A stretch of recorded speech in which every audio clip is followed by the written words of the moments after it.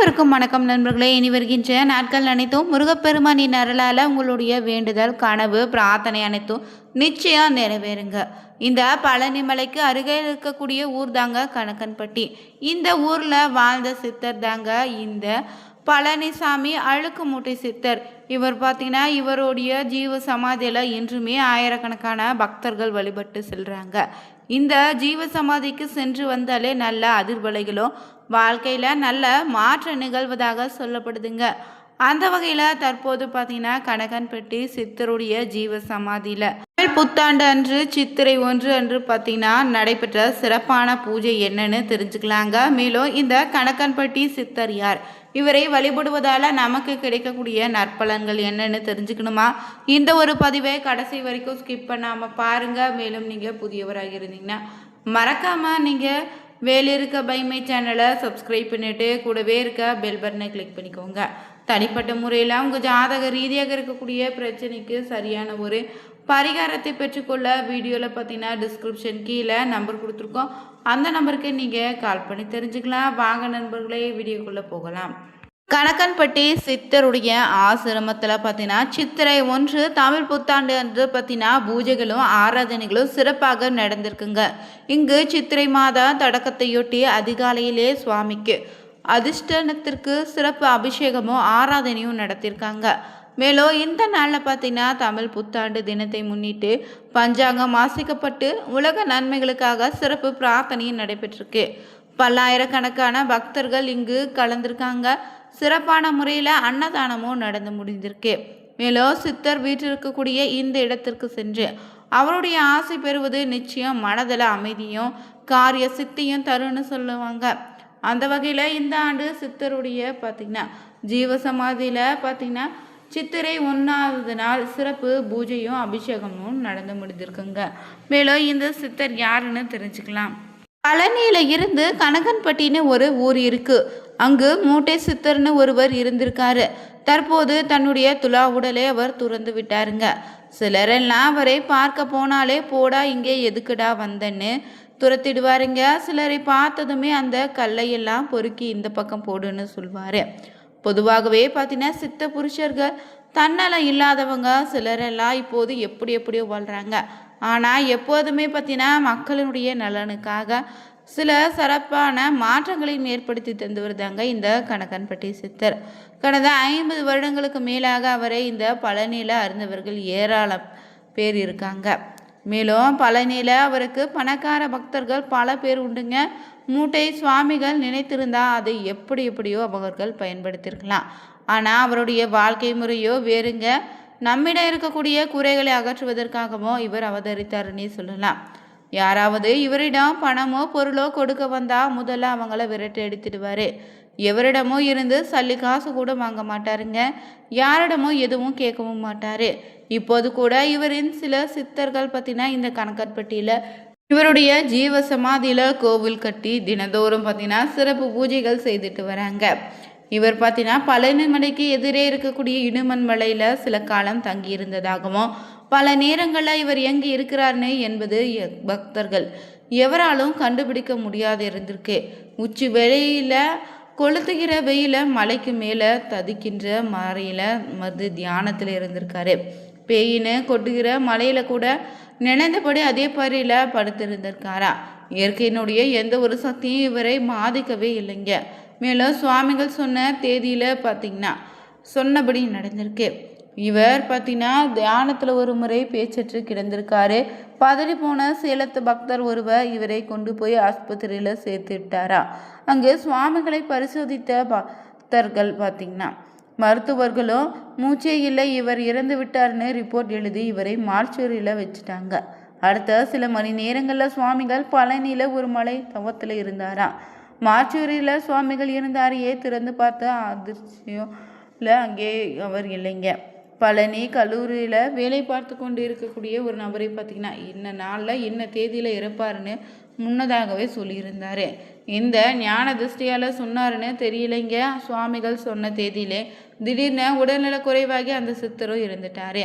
இப்படி நிறைய சம்பவங்கள் பார்த்திங்கன்னா இந்த சித்தர் நிகழ்த்தியிருக்காரு. இந்த கணக்கன்பட்டி சித்தருடைய ஜீவ சமாதியில் தினசரி அன்னதானம் சிறப்பாக நடந்துட்டு வருதுங்க. மேலும் சித்தர் வழிபாடு வாழ்க்கையில் மிகப்பெரிய மாற்றத்தை ஏற்படுத்துன்னு சொல்லுவாங்க. பழனிமலை முருகன் கோவிலுக்கு அருகே அமைந்த கணக்கன்பட்டி ஊரில் வாழ்ந்த இந்த சித்தரை நீங்கள் வழிபடுவதன் மூலம் நிச்சயம் உங்கள் வாழ்க்கையில் நல்ல மாற்றங்கள் உண்டுங்க. பணம் வேண்டான்னு மறுத்து மக்களுடைய துன்பத்தை போக்கியவர் தாங்க இவர். இவருடைய ஜீவ சமாதி தலம் பக்தர்களுக்கு புகலிடம்னு சொல்லலாம். தினமும் நீங்கள் காலை 7 முதல் இரவு 9 மணி வரை ஜீவசமாதி கோவில் நடை திறந்திருக்கும். அந்த நேரத்தில் சென்று வழிபடலாங்க. மேலும் அமாவாசை பௌர்ணமி தினங்களில் சிறப்பு பூஜைகள் வழிபாடு நடத்தப்படுது. அந்த நாளை வழிபடலாம்.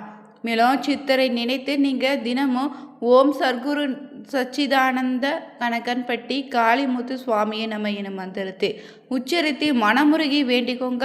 நிச்சயம் உங்கள் வாழ்க்கையில் இருக்கக்கூடிய பிரச்சனையை இந்த சித்தர் தீர்த்து வைப்பார். நினைச்சது நடக்க ஆரம்பிக்கும். தீராத நோய்களும் விலகும். பண கஷ்டம் தீருங்க. குடும்ப பிரச்சனைகள் நிச்சயம் தீருங்க. அதற்கான வழியும் உங்களுக்கு பிறக்கும். இந்த கணக்கன்பட்டி சித்தர் பார்த்திங்கன்னா ரொம்பவே அதிசயமான சித்தருங்க. இவர் சொல்லக்கூடிய அறிவுரைகளும் சூட்சமமாக தான் இருக்கும். அவற்றை செய்தாலே நிச்சயம் பல மாற்றங்கள் நிகழ்ந்திருக்கு. இவர் பார்த்தீங்கன்னா சகோதரன் குடிசையில் தான் வசித்திருக்காரு. எப்போதாவது தான் சாப்பிடுவாராம் கணக்கன்பட்டி ஊரில். சகோதர வீட்டில் இருப்பவங்களே ஏதாவது ஒரு ஹோட்டலில் இருந்து உணவு வாங்கி தருவாங்க. ஆனால் 50 வருடங்கள் மூட்டை சுவாமிகள் கார்களிலும் வேன்களிலும் வந்து பணத்தை கொட்ட முயன்ற கோடீஸ்வரர் பல பேர் இருந்தாலும் அப்படிப்பட்ட ஆசாமிகள் வந்தாலே அவங்கள எரித்து விடுவதை போல இவர் பார்ப்பாரே. அடுத்த கணம் அந்த ஆசாமிகள் கிளம்பி போயிடுவாங்க. இவருக்கு பார்த்தீங்கன்னா காசு பணம் உணவு உடை இடனை எதுவுமே முக்கியம் இல்லைங்க. இவருடைய அவதார நோக்கமே வேறாக இருந்திருக்கு. அதனால தான் இவர் பலரிடமிருந்து தனித்து தெரிந்திருக்காரு. மேலும் இவர் தொடர்ச்சியாக ஒரே இடத்துல தங்கி இருப்பது கடந்த சில வருடங்களுக்கு முன்னாடிங்க. அதுவும் பார்த்தீங்கன்னா அடர்ந்த மலையில் எங்காவது தான் அப்போது தங்கியிருந்தார். பழனி மலைக்கு எதிரே இருக்கக்கூடிய பார்த்தீங்கன்னா இடுமன் மலையில் தான் பார்த்தீங்கன்னா தங்கியிருந்தார். மேலும் இவர் பார்த்தீங்கன்னா கணக்கன்பட்டி அழுக்கமூட்டை சித்தர் முருகப்பெருமானின் மறு அவதாரமாகவும் பார்க்குறாங்க. இவர் எங்கிருந்து வந்தாருன்னு யாருக்கும் தெரியாதுன்னு கூட சொல்லுவாங்க. சிலர் அவர் சீனாவில் இருந்து வந்ததாக சொல்லுவாங்க. ஏன்னா அவருடைய முகமும் சீனாக்காரர் போல தாங்க காட்சியளிக்கும். இவர் வாழும்போதே பல அற்புதங்களை நிகழ்த்தியிருக்காரு. பேச முடியாத ஒரு சிறுவனை வாய் பேச வைத்து அற்புதம் நிகழ்த்தியிருக்காரு. முதல்ல அடிக்கடி பழனி இடுமன்மலை அருகில் நடமாடி கொண்டு இருந்திருக்காரு. திடீர்னு ஒரு நாள் இடுமன்மலை அருகே பேச்சு மூச்சின்றி கிடந்திருக்காரு. ஆஸ்பத்திரியில் சேர்த்தாங்க. உடனே அவர் இறந்து விட்டதாக சொல்ல சில நிமிடத்துக்குள்ளே பார்த்தீங்கன்னா அவர் காட்டில் நடமாடி கொண்டு இருப்பதாகவும் சொல்லியிருக்காங்க. இங்கு நடிகர்கள் மட்டியில் காவல் அதிகாரிகள் அரசியல்வாதிகள் உயர்ந்த பதவியில் இருப்பவங்கள்னு நம்பிக்கையாக இங்கு வழிபட்டு செல்றாங்க. பொதுவாகவே இங்கு ஒரு நல்ல அதிர்வலை உணர முடியுங்க. இவர் புனர்பூச நட்சத்திரத்தன்று ஜீவ சமாதி பார்த்தீங்கன்னா முதல்ல கணக்கன்பட்டி பகுதியில் நீர் வசதி அவ்வளவு இல்லை. சித்தர் கட்டிய இடத்துல தோண்டிய வற்றாத ஜீவகிணறு இன்று இருக்கு. இப்போது பார்த்தாலும் மற்ற இடங்களுக்கு அந்த கோயிலை சுற்றியுள்ள இடங்களுக்கு உள்ள வித்தியாசத்தை நீங்கள் நிச்சயம் உணர முடியுங்க. நன்கு பசுமையான மரங்களும் செடிகளும் தாவரங்களும் அங்கு வளர்ந்துருக்கும். இங்கு கேட்டது கிடைக்குன்னு எல்லோரும் நம்புகிறாங்க. அதன்படி நடந்ததாகவும் பலரும் சொல்ல கேள்விப்பட்டு இருக்கோம். இந்த கோவிலில் பார்த்தீங்கன்னா பௌர்ணமி அமாவாசை என்று சிறப்பு பூஜைகள் நடைபெறுது. அவர் ஜீவசமாதி அடைந்த இந்த புனர்பூச நட்சத்திரத்தன்று சிறப்பு பூஜைகளும் நடக்குதுங்க. இங்கு வருபவங்களுக்கு நாள் முழுவதுமே அன்னதானம் பார்த்தீங்கன்னா சிறப்பாக நடைபெறுது. பழனி பேருந்து நிலையத்திலிருந்து கோவிலுக்கு நேரடியாக பஸ் வசதி இருக்கு. திருப்பூர் மாவட்டத்தில் மடத்துக்குளம் அருகே இருக்கக்கூடிய கணக்கன்பட்டி சித்தருடைய கோவில் பார்த்தீங்கன்னா தினமுமே காலை 7 மணி முதல் இரவு 9 மணி வரை திறந்திருக்குங்க. அமாவாசை பௌர்ணமி நாட்கள் சிறப்பு வழிபாடுகள் செய்யப்படும். அந்த வகையில் இந்த தமிழ் புத்தாண்டு அன்று சிறப்பு அபிஷேகமும் பூஜையும் நடந்திருக்கு. மதியம் மற்றும் நள்ளிரவு 12 மணிக்கு முக்கிய பூஜைகள் நடத்தப்படுது. மேலும் தினசரி இங்கு சிறப்பான அன்னதானமும் செய்யப்படுதுங்க.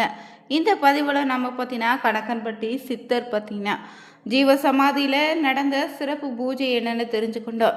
இந்த சித்தரை நினைத்து இவருடைய மந்திரத்தை தொடர்ந்து பார்த்தீங்கன்னா 108 முறை தினமும் உச்சரித்துவாங்க. 48 நாட்களுக்குள்ள நீங்கள் நினைத்ததை இந்த சித்தர் நிறைவேற்றி தருவார். இந்த வீடியோ பதிவு உங்களுக்கு பிடிச்சிருந்தா லைக் பண்ணுங்கள், ஷேர் பண்ணுங்கள், கமெண்ட் பண்ணுங்கள். இது போன்ற சுவாரஸ்யமான பதிவுகளுக்கு மறக்காமல் நீங்கள் வேலை இருக்க பைமை சேனலை சப்ஸ்கிரைப் பண்ணிவிட்டு கூடவே இருக்க பெல் பட்டனை கிளிக் பண்ணிக்கோங்க. அனைவருக்கும் நன்றி நண்பர்களே.